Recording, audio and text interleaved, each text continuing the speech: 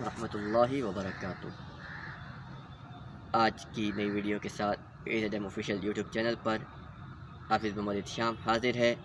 Video کو like, channel کو subscribe اور اپنی آراء سے ہمیں نوازتے رہیے۔ آج کا ہمارے ویڈیو کا موضوع ہے حقوق اللہ اور حقوق العباد۔ حقوق حق کی جمع ہے۔ حق سے مراد کیا ہے؟ حق سے مراد یہ ہے کہ کسی کو اس کا جائز حصہ دینا۔ حقوق اللہ، اللہ کا حق، اللہ کے حقوق۔ اللہ کے حقوق کیا ہیں؟ اللہ تعالیٰ نے ہمیں پیدا کیا، بے شمار نعمتیں عطا فرمائی۔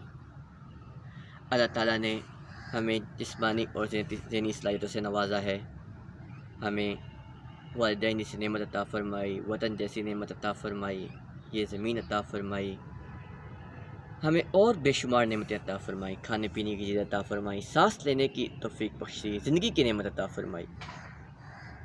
تو اس نعمت پر ہم سے بھی کچھ تقاضا ہے کہ ہم اللہ تعالیٰ کا شکر بجا لائیں، اللہ تعالیٰ کا شکر بجا لائیں، اللہ تعالیٰ کے بتائے ہوئے احکامات پر عمل کرنے کی کوشش کریں۔ نماز پڑھیں، نماز کو قائم کریں، نماز پڑھیں، زکوٰۃ دیں اور روزے رکھیں، حج کریں، اسلامی احکامات کی پابندی کریں، اپنی زندگی اللہ تعالیٰ اور اس کے رسول صلی اللہ علیہ وسلم کے بتائے ہوئے طریقوں کے مطابق گزارنے کی کوشش کریں۔ اللہ تعالیٰ کے سوا کسی کو شریک نہ بنائیں۔ ارشاد باری تعالیٰ ہے، لا تعبدون الا اللہ، اللہ کے سوا کسی کو شریک نہ بناؤ، کسی کی عبادت نہ کرو۔ وَاعْبُدُوا اللَّهَ وَلَا تُشْرِكُوا بِهِ شَيْئًا، اللہ کی عبادت کرو اور اس کے سوا اس کے ساتھ کسی کو شریک نہ ٹھہراؤ۔ ہم اللہ تعالیٰ کے حقوق ادا کریں، اس کے ساتھ ساتھ حقوق العباد کا بھی زور دیا گیا ہے۔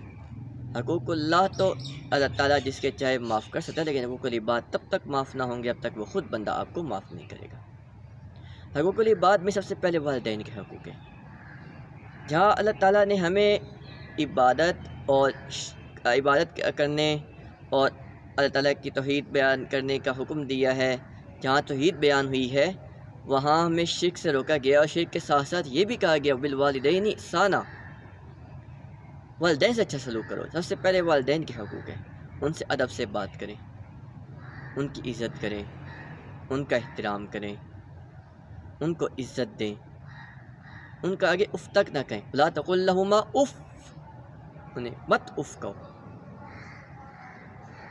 اور اگر ان کے لیے دعا مانگے، اے پروردگار ان پر رحم فرما، جیسا کہ انہوں نے مجھ پر اس حق رحم فرمایا تھا جب میں چھوٹا تھا۔ بچہ جب چھوٹا سا ہوتا ہے تو ماں باپ اس کے لیے بہت بہت بہت محنت کرتے ہیں، خاص طور پہ ماں اس کے لیے بہت قربانی دیتی ہے۔ ہمیں بھی چاہیے کہ اپنے والدین کی قدر کریں۔ اسی طرح اساتذہ کے حقوق ہیں، رشتہ داروں کے حقوق ہیں، وَبِالْوَالِدَيْنِ إِحْسَانًا وَذِي الْقُرْبَىٰ، رشتہ داروں سے اچھا سلوک کرو، وَالْيَتَامَىٰ وَالْمَسَاكِينِ، محتاجوں سے، غریبوں سے اچھا سلوک کرنے کا حکم دیا گیا۔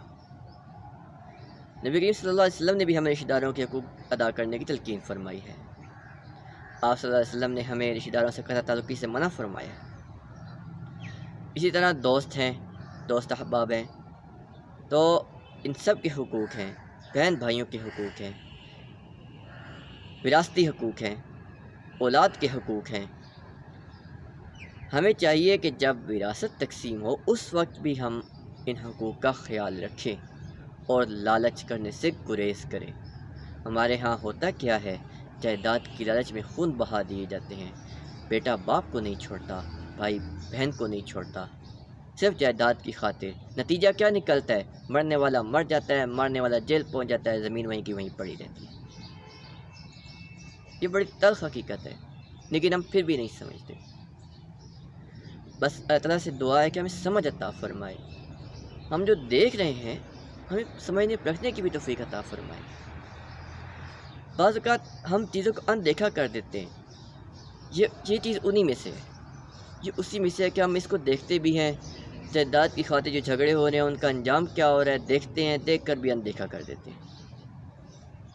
ہمیں ایسا نہیں کرنا چاہیے۔ اللہ کی پناہ مانگنی چاہیے۔ دولت، زمین کسی کی نہیں ہوتی۔ آج میرے پاس ہے، کل کسی اور کے پاس، پرسوں کسی اور کے پاس۔ نہ میں نے سدا رہنا، نہ جس کے پاس بعد میں گئی اس نے سدا رہنا، نہ جس کے پاس پہلے تھی وہ سدا رہا۔